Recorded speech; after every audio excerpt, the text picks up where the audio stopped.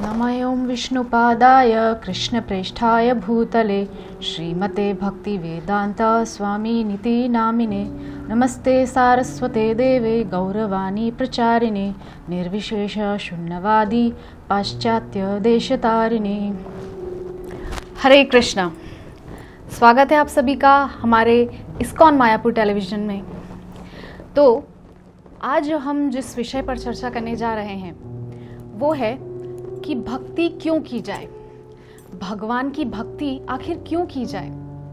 ऐसा क्या है भक्ति मार्ग में जो और सभी मार्ग गौण और भक्ति मार्ग प्रमुख है।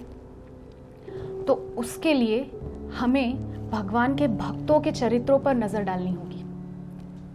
भगवान के भक्तों में सर्वश्रेष्ठ पांडव, इनके जीवन पे अगर हम दृष्टिपात करते हैं तो देखने को मिलता है कि इतने कष्ट उनके जीवन में आए किंतु फिर भी भगवान का नाम, भगवान का ध्यान, भगवान का स्मरण उनके जीवन से एक पल के लिए भी नहीं गया।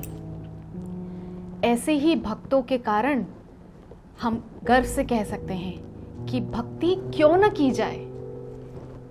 तो आइए हम एक बार चर्चा करते हैं कि क्या क्या घटनाएं पांडवों के जीवन में घटी और किस प्रकार से भगवान सुरक्षा कवच के रूप में सदैव उनके साथ चलते रहे।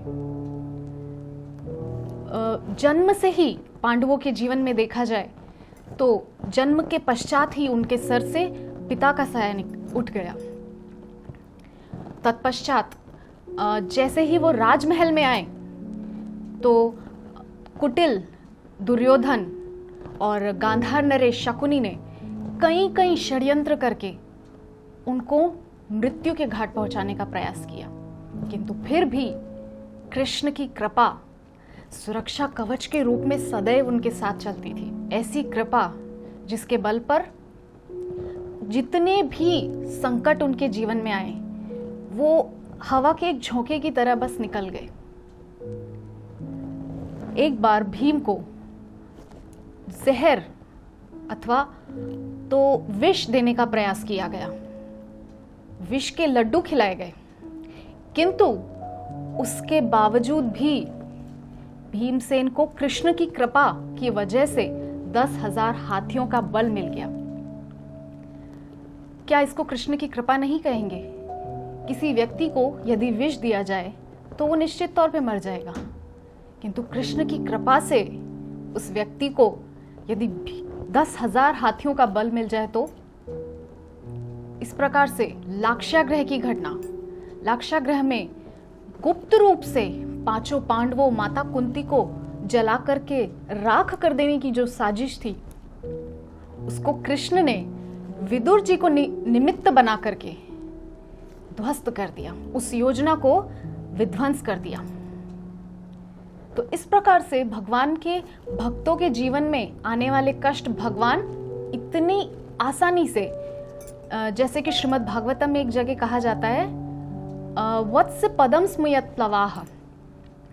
भगवान भक्तों के जीवन के कष्ट को जैसे गांव का बछड़ा होता है ना, गाय माता का बछड़ा होता है, उसके खुर से जो गड्ढा बन जाता है, छोटा सा गड्ढा बनता है, तो उस गड्ढे को पार करने के समान भगवान भक्तों के जीवन के कष्ट को बना देते हैं। ऐसे तो कष्ट समुद्र को पार करने के समान होते हैं, किंतु भगवान की भक्ति के कारण वो कष्ट गौ के बछड़े के खुर के गड्ढे के समान बन जाते हैं। तो ये महिमा है भगवान के भक्तों की और भगवान की भक्ति की। तो भगवान की भक्ति आखिर क्यों ना की जाए। इस प्रकार से अनेक प्रसंग हैं पांडवों के जीवन में। द्रौपदी का चीरहरण, कुरुक्षेत्र का वो भयंकर युद्ध जहां पर 11 अक्षौहिणी सेना, केवल 7 अक्षौहिणी सेना लेकर के पांडव युद्ध भूमि में पहुंच गए और सामने विशाल 11 अक्षौहिणी सेना, किंतु केवल कृष्ण के भरोसे पर उस विशाल समर को, उस विशाल युद्ध को वो पार कर गए। किस प्रकार? गाय के बछड़े के खुर के गड्ढे के समान।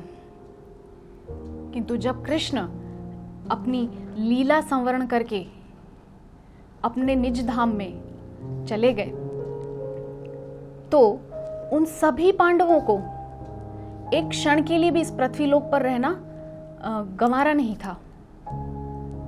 और वही अर्जुन, जिसको अपने गांडीव पर बहुत अभिमान था, वही अर्जुन भीलों के द्वारा ठग लिया गया, भीलों के द्वारा उसका हरण कर लिया गया।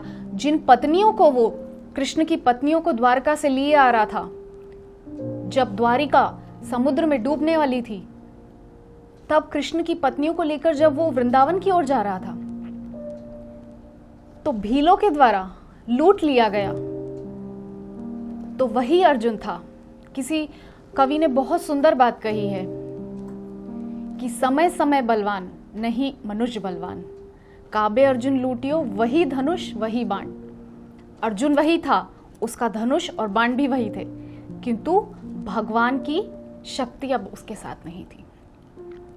तो ये है भगवान की भक्ति का प्रताप। और भगवान सुरक्षा कवच के रूप में किस प्रकार सदा हमारे साथ रहते हैं, ये हम भगवान के भक्तों के चरित्र से आसानी से समझ सकते हैं।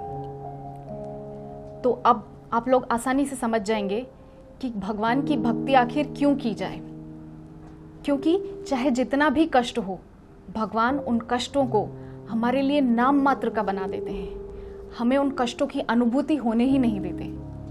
इसीलिए भगवान की भक्ति में हमेशा हमें जुटे रहना चाहिए, हमें निरंतर प्रयास करना चाहिए कि जितना ज्यादा हो सके हम हरि नाम करें, श्रीमद् भागवतम का आश्रय लें, गुरु चरणाश्रय लें। इसी के माध्यम से हम कृष्ण भक्ति में निरंतर उन्नति कर पाएंगे। तो आज का जो हमारा सत्र है, इसे हम यहीं विश्राम देते हैं। हरे कृष्णा।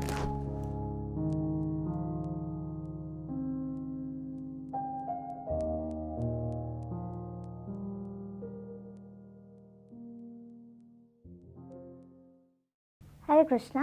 আপনাদের যদি আমাদের ভিডিওটি ভালো লেগে থাকে তাহলে অবশ্যই লাইক, সাবস্ক্রাইব এবং নোটিফিকেশন বেলে রিং করবেন এবং আমাদের মায়াপুর টিভিকে সাহায্য করার জন্য আমাদের নিচে দেওয়া ডোনেশন লিংকে ক্লিক করবেন। ধন্যবাদ।